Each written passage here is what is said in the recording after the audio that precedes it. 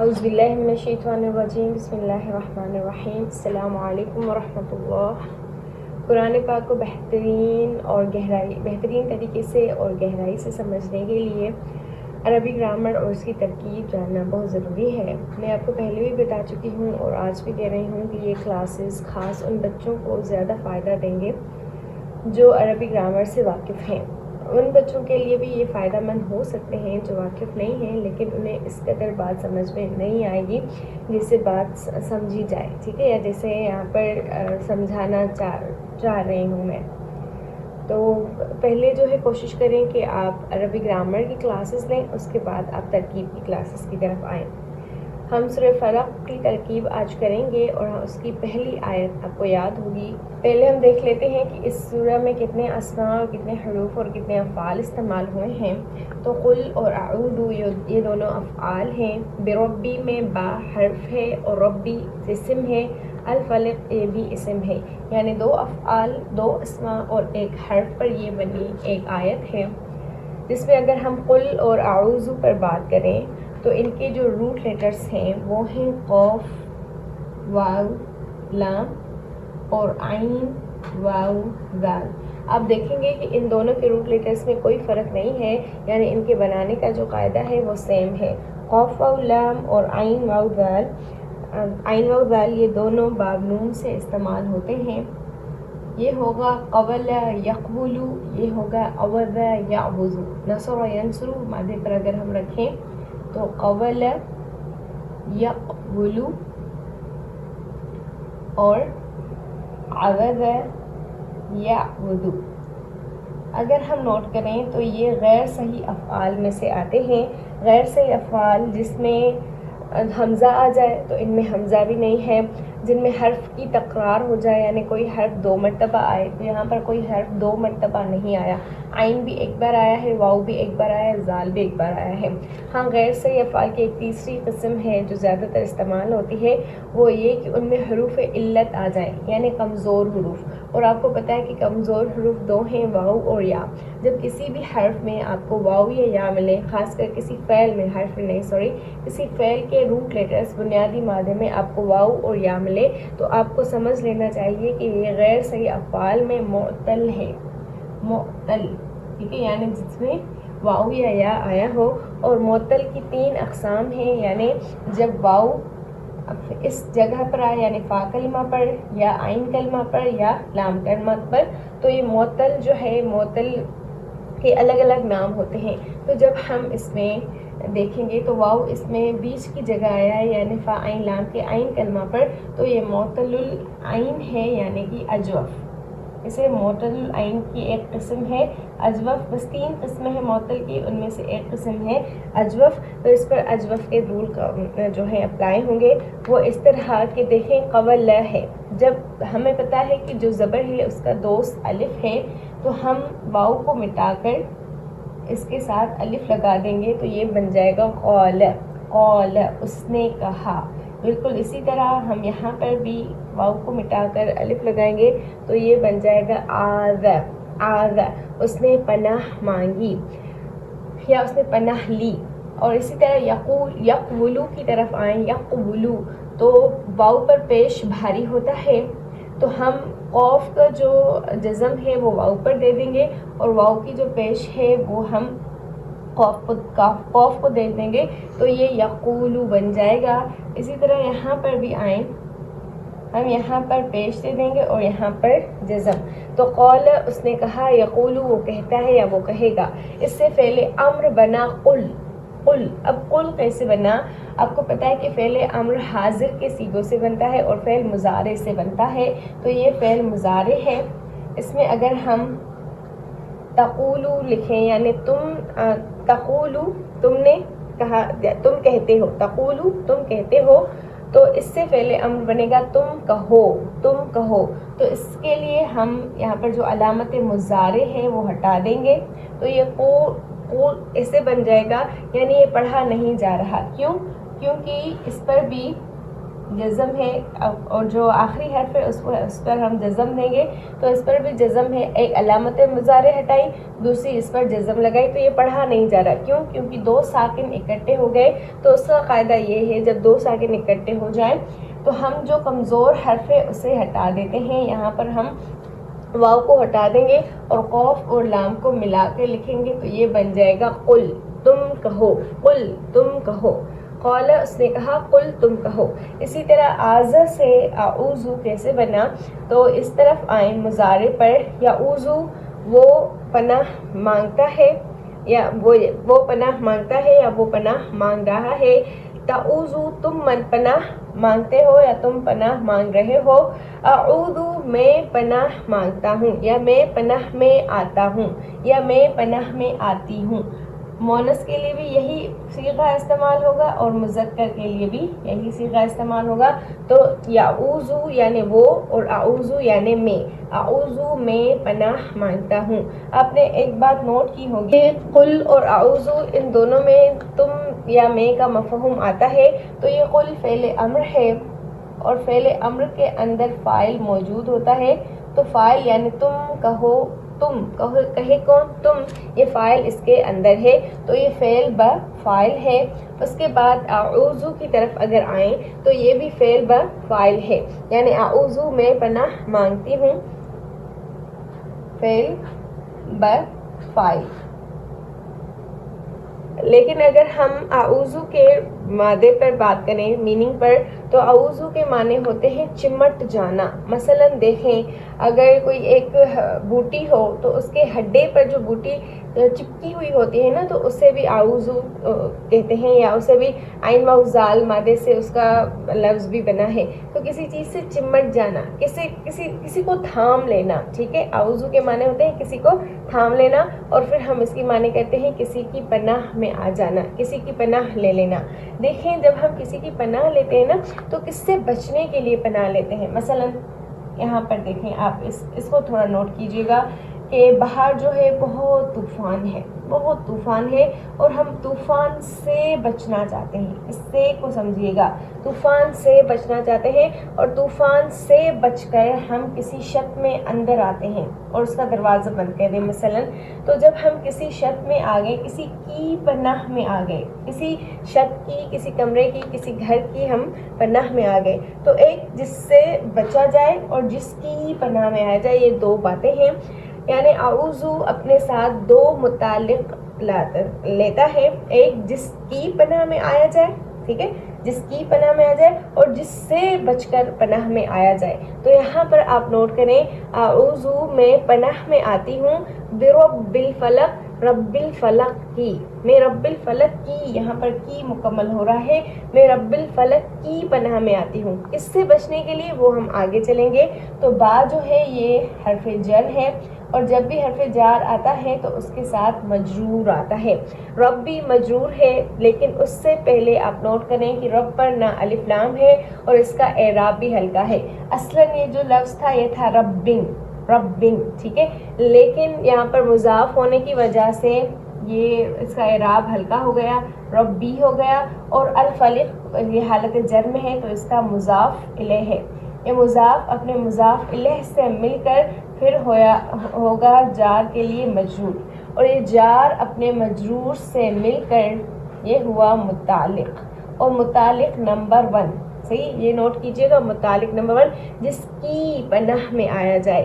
یعنی ہم یہاں پر رب الفلق کی پناہ میں آ رہے ہیں. اب اس فلق کو سمجھیں، اس فلق کے معنی کیا ہیں؟ فلق کے معنی ہیں مخلوق. صحیح، مخلوق. کیوں؟ اصل میں جو فلق کے معنی ہیں وہ ہیں انڈے سے پھوٹ کر نکلنا. اصلی جو اس کی لفظاً معنی ہے انڈے سے پھوٹ کر نکلنا. تو آپ دیکھیں کہ جو بھی مخلوق ہے، تمام تر مخلوق وہ انڈے سے پھوٹ کر ہی نکلتی ہے. اگر آپ انسان کو دیکھیں، یا پھر اگر آپ پرندوں کو دیکھیں، یا چھوٹے چھوٹے جو ہوتے ہیں، مطلب چھوٹی چھوٹی چیزیں جو پیدا ہوتی ہیں، تو تقریباً تمام جو مخلوق ہے وہ کسی نہ کسی چیز کو پھاڑ کر نکلتی ہے. ضروری نہیں وہ انڈا ہو, مطلب کسی چیز کو پھاڑ کر اس سے باہر نکلنا. اسی طرح فلق کو صبح بھی کہا جاتا ہے, یا صبح کو فلق بھی کہا جاتا ہے. کیوں؟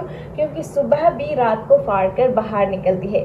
رات کی جو تاریکی ہوتی ہے نا, تاریکی, اس کو پھاڑ کر صبح باہر نکلتی ہے, تو اس لیے اسے صبح بھی کہا جاتا ہے. تو فلق کی یہ 3 معنی آپ یاد رکھ لیں. یعنی ایک, اس کے معنی ہے تمام مخلوق, دوسری کسی چیز کو پھاڑ کر باہر نکلنا, اور تیسری صبح. اور اگر آپ غور کریں تو یہ تینوں معنی آپس میں کنیکٹڈ ہیں. تو ہم رب الفلق کی پناہ میں آتے ہیں, یا میں رب الفلق کی پناہ میں آتی ہوں. اب ہم دیکھیں گے کہ میں کس چیز سے بچنے کے لیے اس رب کی پناہ میں آتی ہوں. اب آپ نوٹ کریں کہ پہلے ہم رب کی پناہ میں آئے, اور کی کے لیے حرف جر با استعمال ہوا. اب ہم جس کی چیز سے پناہ میں, مطلب جس چیز سے بچ کر رب کی پناہ میں آتے ہیں, وہ من کے ساتھ آتا ہے. یعنی ایک جو متعلق ہے وہ با پریپوزیشن کے ساتھ, دوسرا جو متعلق ہے وہ من کے ساتھ. تو من یہ حرف جر ہے, اور ہم نے دیکھا کہ جب بھی حرف جر آئے گا تو اس کا مجرور ہوگا. پھر جب ہم نے شر کی طرف دھیان دیا تو اصل میں یہ لفظ تھا شرن, لیکن یہ شر ہے, یعنی اس کا اعراب ہلکا ہے, اس پر الف لام بھی نہیں ہے. تو ہمارا ذہن فوراً مضاف کی طرف گیا کہ یہ مضاف ہے, اور مضاف کے بعد مضاف الیہ آتا ہے. تو ما خلق, اس پر غور کریں. ما یہ اسم موصولہ ہے, اسم موصولہ یعنی جو جیسے اس طرح کی معنی دے. تو ما جو خلق یہ فعل ہے, من حرف ہے, شرری یہ بھی اسم ہے, ما جو ہے یہ بھی اسم ہے. کیوں؟ کیونکہ یہ اسم موصول ہے تو اسے اسم کہیں گے. اور خلق یہ فعل ہے, تو اس میں ایک فعل ہے, 2 اسماء ہیں اور ایک حرف ہے. خلق اس نے پیدا کیا, خلق یخلق, تو یہ ماضی کا پہلا صیغہ ہے. خلق اس نے پیدا کیا, اس نے, اس کے اندر فاعل آ رہا ہے, تو ہمیں فاعل باہر ڈھونڈنے کی ضرورت نہیں ہے. یہاں پر ایک بات آپ نوٹ کریں, تھوڑی توجہ دیجیے گا. دیکھیں, میں نے کہا خلق اس نے پیدا کیا, لیکن یہاں پر سوال پیدا ہوتا ہے کہ اس نے کیا پیدا کیا. فعل اور فاعل اس نے پیدا کیا, ٹھیک ہے, لیکن اس نے کیا پیدا کیا. میں کہتی ہوں خلقہ, ویسے یہ ہو اس کے ساتھ ملا کر لکھتے ہیں, لیکن مثال کے لیے یہ میں سمجھا رہی ہوں آپ کو. خلقہ اس نے پیدا کیا, اس نے اس کو پیدا کیا. تو یہ جو مفعول ہے نا, یہ یہاں پر نہیں لکھا ہوا. خلقہ اس نے پیدا کیا, کیا اس نے پیدا کیا. خلق ما اس نے جو پیدا کیا, یعنی یہ جو ما ہے نا, ما یہ اصل میں مفعول کی جگہ پر آ رہا ہے. تو اس لیے یہاں پر ہمارے جو مفسرون ہیں یا جنہوں نے ترکیب کی ہے وہ کہتے ہیں کہ یہ جو ہو ہے نا, ہو یہ یہاں پر محذوف ہے, ٹھیک ہے, اور یہ ہو ماں کی طرف لوٹ رہی ہے. ہمیں پتہ ہے کہ اس میں موصول جب آگے چل کر کسی نہ کسی جملے سے جڑتا ہے تو اس کے اندر ایک ضمیر ایسی ہونی چاہیے جو جا کر اس سے جڑے. تو اس میں موصول سے ہو ضمیر جڑ رہی ہے. ماں اس میں موصول, خلق فعل اور فاعل, اس کی جو ضمیر مفعول ہے جو اس کا وہ محذوف ہے, یا پھر یہ ماں ہی مفعول کی جگہ پر آ رہا ہے. تو فعل اور فاعل مل کر یہ بن گیا صلہ, اور اس میں موصول اپنے صلہ کے ساتھ مل کر یہ ہو گیا مضاف الیہ, اور مضاف اپنے مضاف الیہ کے ساتھ مل کر یہ ہو گیا مجرور, اور جار اپنے مجرور کے ساتھ مل کر, ویسے تو یہ متعلق نمبر 2 ہے, ٹھیک ہے, متعلق نمبر 2, لیکن ہو سکتا ہے کہ جو آگے کی آیت ہے وہ بھی ہمیں کچھ نہ کچھ فائدہ دے یا ہم اسے جوڑیں, تو اس لیے ہم ابھی اسے متعلق نمبر 2 کر دیتے ہیں, لیکن آگے کی آیت بھی اس کے ساتھ ہی جوڑیں گے. تو یہاں پر سمجھیں, من شرری ما خلق, من شرری اس شر سے, یعنی میں رب الفلق کی پناہ میں آتی ہوں اس شر سے, ما خلق جو اس نے پیدا کیا, اس کے پیدا کیے ہوئے شر سے میں رب الفلق کی پناہ میں آتی ہوں. کیونکہ اللہ تعالیٰ نے تمام چیزیں پیدا کی. ہمیں پتہ ہے مخلوق کا جو رب ہے کائنات کا وہ اللہ ہے, تو شر بھی اللہ کے ہی ہاتھ میں ہے اور خیر بھی اللہ کے ہی ہاتھ میں ہے. صبح میں جو بھی شر ہوتا ہے وہ ہم نہیں سمجھ سکتے, ہمیں صبح میں بہتری نظر آتی ہے, ہم اس میں جو ہمارے لیے فائدے ہیں وہ دیکھتے ہیں, لیکن کچھ ایسے شر بھی ہیں. ہر چیز نا اگر خیر کے اس کے اندر اگر خیر ہوتا ہے تو اس میں شر بھی ہوتا ہے. تو صبح میں جو بھی شر ہے یا مخلوق میں جو بھی شر ہے ہم اس شر سے بچنے کے لیے اللہ کی پناہ میں آتے ہیں. رب الفلق کی اس کے رب کی پناہ میں آتے ہیں, اس صبح اور اس مخلوق کے رب کی پناہ میں آتے ہیں. تو من شر ما خلق یہ پورا جملہ جار اور مجرور بن کر متعلق نمبر 2 ہو گیا. آیت نمبر 3 ہے واو, یہ حرف عطف ہے اور نوٹ کریں کہ یہ ہی مین ہے جو پچھلی آیت کو آگے والی آیت سے جوڑے گا. یوں سمجھے کہ من شر ما خلق یہ ایک آیت اور من شر غاسق اذا وقب یہ دوسری آیت ہے, لیکن یہ ایک ہی آیت بنے گی واو کے ذریعے. واو دو جملوں کو یا دو الفاظ کو آپس میں جوڑتا ہے, ہمیں پتہ ہے. یعنی کہ جیسے میں کہوں زید اور حامد, زید اور حامد, تو یہاں پر زید اور حامد دو الفاظ سے اس کو جوڑا واو نے, زید و حامد, ٹھیک ہے. اسی طرح یہ نہ صرف خالی ایک لفظ کو جوڑتا ہے بلکہ اپنے جملوں کو بھی یعنی بہت سے الفاظ کو بھی آپس میں جوڑتا ہے. تو من شر ما خلق اور من شر غاسق اذا وقب یہ ایک ہی جملہ ہے جو واو سے جڑ رہا ہے. تو ہم اس پورے کو یعنی جار مجرور یہ پورا جو ہے ہم اس پورے کو یہاں پر متعلق بنانے سے پہلے جار اور مجرور کو ہم کہیں گے معطوف علیہ, یعنی معطوف علیہ جو واو سے جوڑا جائے, معطوف علیہ, ٹھیک ہے. واو حرف عطف ہے, اس کو نوٹ کر لیں. پھر اوپر والا جو جملہ ہے وہ ہے معطوف علیہ, اس کے بعد ہم اس کا معطوف جوڑیں گے, یعنی ایک جو دو جملے ہیں ان کو آپس میں ملائے تو ایک معطوف علیہ ہوگا اور دوسرا معطوف ہوگا. یہ پورا جملہ ہم مل کر معطوف بنائیں گے. پھر اس معطوف علیہ اور معطوف کو حرف عطف کے ساتھ جوڑ کر پھر ہم متعلق نمبر 2 بنائیں گے, یعنی یہ پورا متعلق نمبر 2 ہے. ایک تو ہم نے اللہ تعالیٰ سے یہ مانگا کہ اللہ تعالیٰ آپ نے جو بھی شر پیدا کیا ہے, ما خلق جو بھی شر آپ نے پیدا کیا ہے ہم اس سے بچنے کے لیے آپ کی پناہ میں آتے ہیں.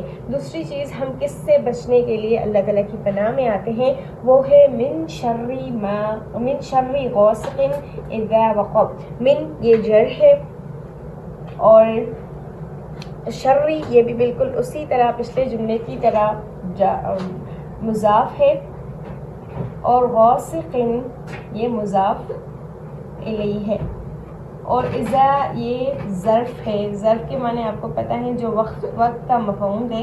پہلے آپ من شر غاسق کے بارے میں سمجھیں کہ غاسق کے شر سے, غاسق. اب اس غاسق کا مطلب کیا ہے؟ غاسق کے کئی معنی ہیں, ان معنی کو نوٹ کر لیں. غاسق جو ایک اصلی معنی ہے وہ ہے سخت تاریکی. غاسق یعنی سخت تاریکی. غاسق چاند کو بھی کہا جاتا ہے, یہاں پر اس کی معنی آپ نوٹ کر لیں. غاسق کہا جاتا ہے چاند کو بھی. چاند کو غاسق اس لیے کہا جاتا ہے کیونکہ چاند جو ہے وہ سورج کے مقابلے میں ٹھنڈا ہوتا ہے, تو غاسق کے ایک معنی ٹھنڈا بھی ہے. اور چاند کو اس لیے غاسق کہا جاتا ہے, دوبارہ نوٹ کیجئے, کیونکہ دن کے مقابلے میں یا سورج کے مقابلے میں جو چاند ہے یا اس کی جو روشنی ہے وہ ٹھنڈی ہوتی ہے. اور غاسق سخت تاریکی کو بھی کہا جاتا ہے. تو سخت تاریکی کے شر سے, رات کے اندر جو سخت تاریکی ہوتی ہے ہم اس کے شر سے بچنے کے لیے یا چاند سے بچنے کے لیے, آپ نے اس کا اکثر معنی چاند دیکھا ہوگا, ٹھنڈا یہاں پر چھوڑ دیں اس کی معنی. اس کے یہاں پر 2 معنی ہوتے ہیں, ایک یعنی چاند اور دوسرا سخت تاریکی. اور تیسری اس کے ایک معنی یہ بھی ہیں کہ رات میں آنے والی مصیبتیں, رات میں آنے والے جو بھی حادثات ہوتے ہیں, جو بھی مصیبتیں ہوتی ہیں اس کو بھی غاسق کہتے ہیں. اب آپ یہ سوچ رہے ہوں گے کہ اتنے معنی ایک لفظ میں کیسے ہو سکتے ہیں؟ تو یہ سب معنی آپس میں ملی جلی ہوئی, کیونکہ سخت تاریکی رات کو ہوتی ہے اور چاند رات کو ہوتا ہے. اور رات میں جو ہے مصیبتیں بھی زیادہ تر آتی رہتی ہیں, وہ ہمیں پتہ نہیں ہوتا, ہم نیند میں ہوتے ہیں. تو جو بھی غیبات یا غیبی چیزیں ہم پر آتی ہیں, ہمارے گھر پر اترتی ہیں, آسمان پر آتی ہیں, ہم اس سے کچھ بھی واقف نہیں ہیں, یا جو شیطان ہے جو ہمارے ساتھ سوتا ہے, ہمارے پاس ہوتا ہے, تو یہ تمام معنی آپس میں جڑی ہوئی ہیں. اب تھوڑا سا غور کیجیے گا. تو ہم غاسق سے بچنے کے شر سے اللہ تعالیٰ آپ کی پناہ میں آتے ہیں. اور غاسق کیا ہے؟ چاند. چاند میں بھی جیسے بہت سی خوبیاں ہیں, چاند ہمارے لیے بہت فائدے دیتا ہے, ہمیں بہت فائدے دیتا ہے. اس کے ساتھ ساتھ چاند ہمیں کچھ نقصانات بھی دیتا ہے، اس میں کچھ شر بھی ہوتا ہے، ٹھیک ہے۔ ایک شر تو آپ صلی اللہ علیہ وآلہ وسلم نے یہ بتایا کہ چاند جو ہے پانی کو اوپر کھینچتا ہے، کیوں؟ کیونکہ چاند میں اٹریکشن ہوتی ہے، ٹھیک ہے۔ تو جیسے ہمارا جو سر ہے، اس کے ہمارا دماغ ہے، اس کے اندر اللہ تعالیٰ نے ایک سسٹم رکھا ہوا ہے، اس میں پانی ہے جو پانی ہمارے دماغ کو چلانے کے کام آتا ہے۔ آپ اس بات پر سرچ کیجیے گا۔ پھر جب وہ پانی چاند کھینچتا ہے تو جب وہ پانی سوکھ جاتا ہے تب ہم پاگل بن جاتے ہیں، یعنی پھر ہمارا دماغ کام نہیں کرتا۔ جیسے ہم کہتے ہیں نا کوئی ٹھیک نہیں ہوتا تو ہم کہتے ہیں تمہارا دماغ خشک ہو گیا ہے، خشک ہو گیا، اس کا مطلب یہ ہے کہ وہ پانی سوکھ گیا ہے۔ تو وہ چاند ہمارے اس پانی کو کھینچتا ہے اور ہم اللہ تعالیٰ سے اس کے شر سے پناہ مانگتے ہیں، یعنی ہمیں کوئی نقصان نہ دے۔ چاند کی جو روشنی ہوتی ہے نا وہ نقصان دہ بھی ہوتی ہے ہمارے لیے، تو ہمیں کوئی نقصان نہ دے۔ تو ومن شر غاسق، غاسق کے شر سے بچنے کے لیے اللہ کی پناہ میں آ جائے۔ اور وہ غاسق یعنی وہ جو رات ہے، وہ اس کا کون سا وقت؟ آپ کو پتہ ہے نا کہ رات کے جو ہے وہ بہت زیادہ وقت ہوتے ہیں، ایک گہری رات ہوتی ہے، ایک جو ہے وہ جو مغرب کے بعد ہوتی ہے ہلکی رات ہوتی ہے، ایک صبح والی جو رات ہوتی ہے آہستہ آہستہ دن کی طرف چڑھتی ہے۔ تو یہ مطلب رات کے بہت حصے ہوتے ہیں، تقریباً 3 حصے کیے جاتے ہیں رات کو۔ تو رات کے کون سے حصے میں رات کے کون سے حصے سے ہم اللہ تعالیٰ کی پناہ میں آ رہے ہیں؟ تو اس کا جواب آ رہا ہے اذا وقب۔ اذا ظرف ہے، یعنی یہ وقت کا مفہوم دیتا ہے، اور جب بھی ظرف آتا ہے اس کے بعد مضاف الیہ آتا ہے تو وقب یہ ایک فعل ہے، وقب جس کے معنی ہے شاہ جانا۔ یعنی اب وقب کے میننگ کو سمجھیں۔ وقب کہتے ہیں گھڑے کو۔ اب اس میں گھڑے کا مفہوم کہاں سے آ گیا؟ ہم تو وہ وقت دیکھ رہے ہیں جس وقت میں رات جو ہے رات کا کون سا حصہ بلکہ ہم دیکھ رہے ہیں۔ تو گھڑا سے مطلب یہ ہے کہ جب آپ کسی گھڑے میں نیچے اتر جائیں تو آپ کی چاروں طرف تاریکی ہو جائے گی، یعنی یوں سمجھیں کہ ایک کھڈا ہو نیچے بہت اور آپ اس میں چلے جائیں، گر جائیں تو آپ کو کوئی چیز نظر نہیں آئے گی، آپ کو ادھر سے بھی ادھر سے بھی تاریکی نظر آئے گی۔ تو چاروں طرف تاریکی، وقبہ کے جب لفظی معنی ہوں گے چاروں طرف تاریکی۔ تو جب رات چاروں طرف سے تاریک ہو جائے، یعنی بالکل چھا جائے، جب رات بالکل چھا جائے تو اس کے جو چھا جانے کا شر ہے، جو پوری طرح جب رات تاریک ہو جائے اس شر سے ہم اللہ تعالیٰ آپ کی پناہ میں آتے ہیں۔ تو اذا ظرف اور یہ وقب فعل ہے اور فاعل ہے، کیوں؟ کیونکہ فاعل اس کے اندر موجود ہے۔ اذا وقب جب وہ چھا جائے، وہ کون؟ یہ کس کی طرف لوٹ رہا ہے؟ وہ غاسق کی طرف لوٹ رہا ہے۔ تو یہ ظرف اور یہ فعل اور فاعل مل کر یہ ہو گیا مضاف الیہ، اور ظرف اور مضاف الیہ مل کر یہ ہوں گے متعلق، کس کے متعلق؟ غاسق کے متعلق۔ کیوں؟ کیونکہ وقب غاسق کی طرف لوٹ رہا ہے۔ تو وقب پہلے اپنے متعلق کے ساتھ مل کر غاسقن اپنے متعلق کے ساتھ مل کر، اور آپ کو پتا ہے کہ غاسق اسم الفاعل ہے، تو غاسق اسم الفاعل اپنے متعلق کے ساتھ مل کر پھر بنے گا مضاف الیہ، اور مضاف اپنے مضاف الیہ کے ساتھ مل کر یہ بنے گا مجرور، اور جار اپنے مجرور کے ساتھ مل کر یہ بن جائے گا حرف عطف کے لیے معطوف۔ تو واو حرف عطف اپنے معطوف علیہ اور معطوف سے مل کر یہ ہو جائے گا متعلق نمبر 2، یعنی یہ خالی اکیلا متعلق نمبر 2 نہیں ہے، بلکہ یہ ایک جملہ اور یہ دوسرا جملہ، یہ دونوں مل کر یہ ہو گئے اعوذ کے متعلق نمبر 2، ٹھیک ہے۔ لیکن ہو سکتا ہے کہ آگے بھی کوئی نہ کوئی جملہ ایسا جوڑے جو ہم اس کے ساتھ جوڑ دیں، تو ابھی ہم اسے متعلق نمبر نہیں بناتے، بس یہ نوٹ کر لیں کہ یہ معطوف، یہ حرف عطف، یہ معطوف علیہ اور یہ معطوف، یہ تینوں آپس میں جڑ گئے۔ ہو سکتا ہے کوئی چوتھی چیز بھی ان کے ساتھ آ کر جڑے، تو ہم آیت نمبر 4 کو لیتے ہیں۔ اب تک ہم نے دیکھا کہ ہم رب الفلق کی پناہ میں آتے ہیں ہر اس چیز سے بچنے کے لیے جو اس نے پیدا کی ہے، اور غاسق کے شر سے جب وہ پوری طرح چھا جائے، یعنی رات کی جو مصیبتیں ہم پر آنے لگتی ہیں ان مصیبتوں سے بچ کر، اس رات کی تاریکی سے بچ کر ہم اللہ کی پناہ میں آتے ہیں جو رب الفلق ہے، جو صبح کا رب ہے۔ اب ہم دیکھتے ہیں کہ ہم اور کس چیز سے اللہ تعالیٰ کی پناہ میں آ رہے ہیں۔ ایک تو ہو گئی، یہ ہو گئی دوسری ٹھیک ہے. اب یہ تیسری من شر النفاسات فی العقد, ہم نفاسات کے شر سے اللہ تعالی بچ کر اللہ تعالیٰ کی پناہ میں آتے ہیں. تو یہ نفاسات کیا ہیں, اس کو سمجھنے سے پہلے یہاں پر پہلے واؤ کو نوٹ کریں کہ یہ واؤ حرف عطف ہے, یعنی یہ ایک بار پھر ایک واؤ آیا جو پچھلے جملے کے ساتھ جملے کو آگے آنے والے جملے کے ساتھ جوڑ رہا ہے. تو واؤ حرف عطف ہے, ٹھیک ہے, یہ بھی واؤ حرف عطف ہے. تو یہ سب آپس میں مل گئے. من یہ جار ہے, حرف جر, اور جب بھی حرف جر آتا ہے تو اس کے ساتھ مجرور آتا ہے. شرری یہ بالکل اسی طرح مضاف ہے. اور النفاسات یہ نفسہ کی جمع ہے. نفاس اصل میں مبالغے کا صیغہ ہے, جیسے غفار کے معنی ہے بہت بخشنے والا. اسی طرح یہ لفظ ہے نفاس. اسی طرح ایک لفظ ہے ہمارے پاس ستار, غفار. تو یہ اسی پیٹرن پر لفظ ہے نفاس, جس کا مطلب ہے بہت زیادہ کثرت, ٹھیک ہے, یعنی اس میں مبالغہ. تو نفاسات یہ نفاس کی جمع ہے, نفاس واحد اور نفاسات یہ کی جمع ہے. تو نفاسات کے معنی کیا ہیں؟ نفاسات کے شر سے, نفاسات کے معنی ہیں جادو کرنے والے یا دل میں کوئی بات ڈالنے والی یا پھونک مارنے والی. اصل میں پھونک جو جادو کر کے یا جادو ٹونا کر کے پھر جو اس کا اثر دینے کے لیے جو پھونک ماری جاتی ہے اس پھونک کو نفاس کہتے ہیں. دوبارہ سمجھیے گا کہ جب کوئی جادو ٹونا کرتا ہے یا جب دل میں کوئی بات ڈالتا ہے تو وسوسے سے وہ جب ڈالتا ہے یعنی تو اس کو اسے تعبیر کیا گیا ہے جیسے کوئی ہم پر پھونک مار دے.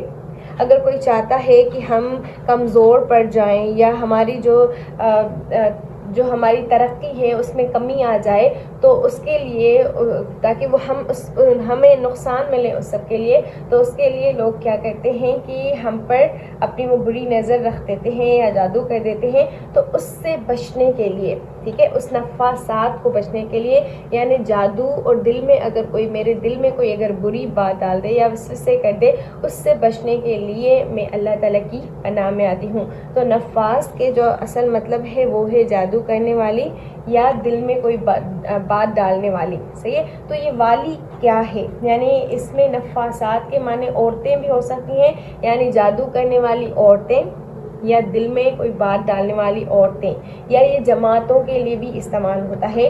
نوٹ کیجیے گا, نفاس عورتوں کے لیے بھی استعمال ہوتا ہے, عورتیں یعنی جمع ہے, یا جماعتیں یا پھر قوتیں, ٹھیک ہے. تو دل میں بات ڈالنے والی جماعتیں یا دل میں بات ڈالنے والی وہ قوتیں یا پھر وسوسہ ڈالنے والی یا جادو کرنے والیوں سے ہم اللہ تعالیٰ کی پناہ میں آتے ہیں. اور جو جادو کہاں کرتی ہے, فی العقد گروہوں میں. عقد یہ عقدہ کی جمع ہے, عقدہ ایک لفظ ہے جس کی جمع ہے عقد, ٹھیک ہے. تو عقد کے معنی ہیں گرہیں, بہت زیادہ گرہیں. تو فی جار ہے اور العقد مجرور ہے, اور یہ جار اور مجرور مل کر نفاسات کے متعلق ہو گیا. بالکل اسی طرح جیسے ظرف اور مضاف الیہ مل کر واسطین کے متعلق ہو گیا. تو یہ ہو گیا متعلق نفاسات کے. نفاسات اپنے متعلق کے ساتھ مل کر ہو گئے مضاف الیہ, اور مضاف اپنے مضاف الیہ کے ساتھ مل کر یہ ہو گیا مجرور, اور یہ جار اور مجرور مل کر یہ ہو گئے معطوف نمبر 2. ہم نے معطوف نمبر 1 یہاں پر پڑھا ہے, یہ ہے معطوف نمبر 1. پھر یہ ہو گیا جار اور مجرور مل کر معطوف نمبر 2, اور یہ یہاں پر معطوف اپنے پہلے معطوف اور دوسرے معطوف سے مل کر معطوف الیہ کے لیے ہو گئے. یہ مطلب اس سے پورا یہ جملہ جڑ گیا, ٹھیک ہے. تو ہم رب الفلق کی پناہ میں آتے ہیں کس چیز سے بچنے کے لیے, جو اس نے پیدا کیا, اور اندھیری رات کے شر سے بچنے کے لیے جب اس میں مصیبتیں آ جائیں یا جب وہ پوری طرح سے آ جائے, یعنی چاروں طرف جب اس میں اندھیرا ہو جائے, اور پھونکنے والیوں کے شر سے بچنے سے ہم اللہ تعالیٰ کی پناہ میں آتے ہیں. ایک اور آخری چیز ہے جس سے ہم پناہ میں آتے ہیں اللہ تعالیٰ کی, جس سے بچ کر, وہ ہے وَمِن شَرِّ حَاسِدٍ إِذَا حَسَدَ. یہ ہماری آیت نمبر 5 ہے اور لاسٹ آیت ہے, بالکل اسی پیٹرن پر جیسے ہم نے آیت نمبر 3 کو اینالائز کیا تھا. تو واو یہ حرف عطف ہے، اور حرف عطف کے بعد جو لفظ من ہے وہ ہے جار. جب بھی جار آئے گا تو اس کا مجرور آئے گا. یہ پوائنٹس آپ نوٹ کر لیں تاکہ آگے چل کر آپ کو انالائز کرنے میں، قرآن کی آیتیں انالائز کرنے میں آسانی ہو. تو من جار ہے، اور شرری یہ مضاف الیہ ہے، اور حاسدن اسم الفاعل ہے. اذا یہ ظرف ہے، اور جب بھی ظرف آتا ہے تو اس کا مضاف الیہ آتا ہے. حسد یہ فعل ہے، اور یہ فعل حسد اس نے حسد کیا، اس بھی اس کے اندر ہے، یعنی فعل اور فاعل دونوں مل کر ہیں. تو یہ فعل اور فاعل دونوں مل کر ہو گئے مضاف الیہ. ظرف اپنے مضاف الیہ سے مل کر یہ فاعل کے متعلق ہو گیا. اسم الفاعل اپنے متعلق سے مل کر یہ مضاف الیہ ہو گیا. مضاف اپنے مضاف الیہ سے مل کر یہ مجرور ہو گیا. جار اپنے مجرور سے مل کر یہ ہو گیا معطوف نمبر 3. ٹھیک ہے، معطوف نمبر 3. اور معطوف نمبر جو 1 تھا وہ ہم نے اریز کر دیا ہے. ٹھیک ہے، یعنی آیت نمبر 3 ہم نے یہاں پر اریز کر دی ہے. تو ہمارے پاس معطوف نمبر 1 بھی تھا، یہ معطوف نمبر 2 اور یہ معطوف نمبر 3. تو معطوف الیہ اپنے تینوں معطوف کے ساتھ مل کر، حرف عطف اپنے تینوں معطوف اور ایک معطوف الیہ کے ساتھ مل کر اب یہ ہو گئے متعلق نمبر 2. ٹھیک ہے، نوٹ کیجئے گا. اب یہ معطوف 2 اور معطوف 3 اور ساتھ میں یہاں پر معطوف 1، یہ تینوں مل کر یہ ہو گئے متعلق نمبر 2. اعوذ آپ کو پتہ ہے کہ 2 متعلق لیتا ہے، تو متعلق نمبر 2. تو متعلق نمبر 1 اور متعلق نمبر 2. اعوذ فعل بفاعل اپنے دونوں متعلقان سے مل کر یہ ہو گیا فعل امر کے لیے، یہ ہے نا فعل امر اور فاعل کے لیے مفعول. ٹھیک ہے، اس کا بھی مفعول آپ کو پتہ ہے کہ آئے گا. قل آپ کہہ دیں، کیا کہہ دیں. اس کا مفعول ابھی ہم نے نہیں نکالا تھا، اب نکل گیا. آپ کہہ دیں اعوذ برب الفلق من شر ما خلق ومن شر غاسق اذا وقب ومن شر النفاثات في العقد ومن شر حاسد اذا حسد. تو آپ یہ کہہ دیں. تو یہ قل فعل اپنے فاعل اور اپنے مفعول کے ساتھ مل کر یہ بن گیا جملہ فعلیہ انشائیہ. کیوں؟ کیونکہ یہ فعل امر ہے تو یہ بنا جملہ فعلیہ انشائیہ، اور جملہ فعلیہ انشائیہ مل کر یہ پوری آیت ایک ہی جملہ، پوری سورہ ایک ہی جملہ ہو گئی. تو انشاءاللہ آپ کو ضرور بھی بات سمجھ میں آئی ہوگی. اگر کچھ ادھر ادھر ہو گیا ہو تو اللہ تعالیٰ معاف کریں، اور اللہ تعالیٰ ہمیں ایسے ہی اپنے کلام کو کے ساتھ جوڑے رکھیں اور سمجھاتے رہیں. پھر ہم ملتے ہیں سورہ اخلاص کے ساتھ. السلام علیکم ورحمۃ اللہ.